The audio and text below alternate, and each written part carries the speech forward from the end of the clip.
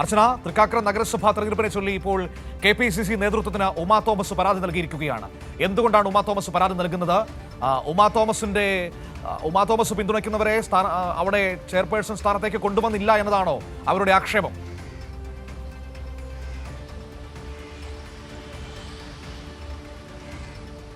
മനു, തീർച്ചയായും അങ്ങനെ തന്നെയാണ്. ഇപ്പോൾ കൊച്ചി കോർപ്പറേഷന് പിന്നാലെയാണ് തൃക്കാക്കര നഗരസഭയിലും വലിയൊരു പൊട്ടിത്തെറിയിലേക്ക് കാര്യങ്ങൾ നീങ്ങിയിരിക്കുന്നത്.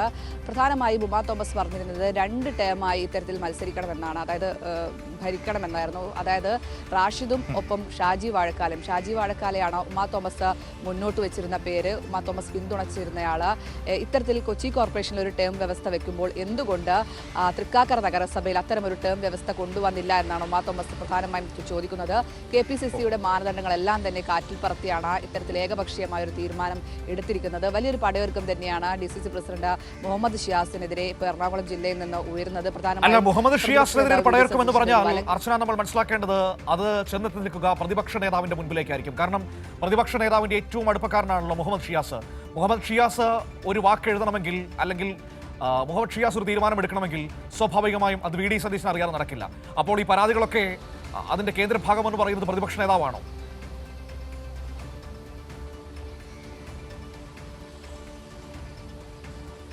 മനു, തീർച്ചയായും കൊച്ചി കോർപ്പറേഷനിൽ നമ്മളത് കണ്ടതാണ്. കാരണം എല്ലാവരും മുന്നം വെച്ചത് പ്രതിപക്ഷ നേതാവിനെ തന്നെയാണ്.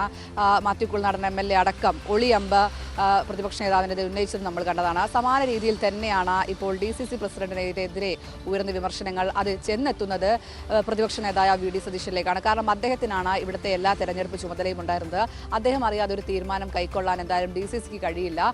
എല്ലാം അദ്ദേഹത്തിന്റെ തീരുമാനപ്രകാരം തന്നെയാണ് ഇതുവരെ മുന്നോട്ട് പോയത്. അപ്പോൾ ദീപ്തി മേരി വർഗീസിന്റെ അടക്കം പ്രതിഷേധം പ്രതിപക്ഷ നേതാവിനെതിരെയാണ്. കാരണം അദ്ദേഹം പറയട്ടെ ഇത്തരം തീരുമാനങ്ങൾക്കൊക്കെ എന്നായിരുന്നു ദീപ്തി ആ ഘട്ടത്തിലടക്കം പ്രതികരിച്ചിരുന്നത്. സമാനമായ അവസ്ഥയിൽ തന്നെയാണ് ഇപ്പോൾ ഈ തൃക്കാക്കര നഗരസഭയെ സംബന്ധിച്ച്, അതായത് അധ്യക്ഷ സ്ഥാനത്തെ സംബന്ധിച്ചുമുള്ളത്. I ഗ്രൂപ്പാണ് ഇപ്പോൾ തിരഞ്ഞെടുക്കപ്പെട്ട റാഷിദ്. കൗൺസിലർ, അതായത് 21 കോൺഗ്രസ് കൗൺസിലർമാരാണുള്ളത്. ഇവരിൽ നിന്ന് തെരഞ്ഞെടുത്തത് അതായത് ഇവരുടെ പിന്തുണ ലഭിച്ചതിന്റെ അടിസ്ഥാനത്തിലാണ് റാഷിദിനെ ഇത്തരത്തിൽ ഈ ഭരണം ഏൽപ്പിച്ചതെന്നാണ് പ്രധാനമായും DCC പറയുന്ന വിശദീകരണം. അതിൽ ഏറ്റവും പ്രധാനമായും ഇത്തരത്തിൽ 2 പേർക്കും, അതായത് ഷാജി വാഴക്കാലയ്ക്കും ഒപ്പം റാഷിദിനും ഒരേ തരത്തിലുള്ള പിന്തുണയാണ് ഈ കൗൺസിലർ ഭാഗത്തു നിന്നും കിട്ടിയത്. നമ്മൾ ഈ കൊച്ചി കോർപ്പറേഷനിൽ 2 ടേമിലായിട്ട്, അതായത് മിനിമോളെയും ഒപ്പം ഷാനി മാത്യുവിനെയും 2 ടേമിലായി മത്സരിപ്പിക്കുന്നത് കണ്ടതാണ്. അതേ ടേം എന്തുകൊണ്ട് ഈ തൃക്കാക്കര നഗരസഭയിൽ നടപ്പിലായില്ല? ഇരുവർക്കും ഒരേ രീതിയിലുള്ള പിന്തുണയുണ്ട്. എന്നിട്ട് എന്തുകൊണ്ട് ഇത്തരമൊരു ടേം വ്യവസ്ഥ ഇവിടെ കൊണ്ടുവന്നില്ല എന്നാണ് പ്രധാനമായും ഉമാ തോമസ് ചോദിക്കുന്നത്.